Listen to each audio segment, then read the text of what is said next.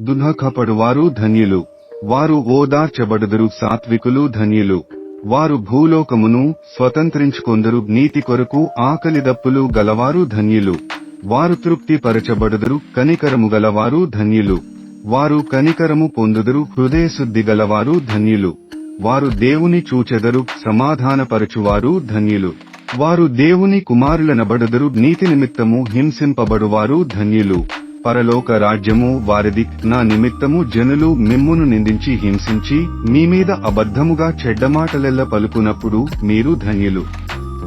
మరియు నా విషయమై అభ్యంతరపడనివాడు ధన్యుడు. యెహోవా ధర్మశాస్త్రమునందు ఆనందించుచు దివారాత్రము దానిని ధ్యానించువాడు ధన్యుడు.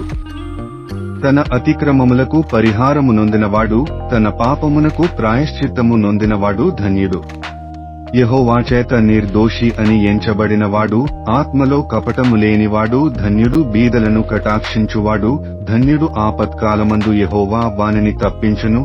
సైన్యములకధిపతివగు యెహోవా యందు నమ్మికయుంచువారు ధన్యులు. యెహోవాయందు భయభక్తులు గలవాడు, ఆయన ఆజ్ఞలను బట్టి అధికముగా ఆనందించువాడు ధన్యుడు. యెహోవాయందు భయభక్తులు కలిగి ఆయన త్రోవలయందు నడుచువారందరూ ధన్యులు. ఎవనికి యాకోబు దేవుడు సహాయుడగునో, ఎవడు తన దేవుడైన యెహోవా మీద ఆశ పెట్టుకొనునో వాడు ధన్యుడు. కావున పిల్లలారా, నా మాట ఆలకించుడి, నా మార్గములననుసరించువారు ధన్యులు.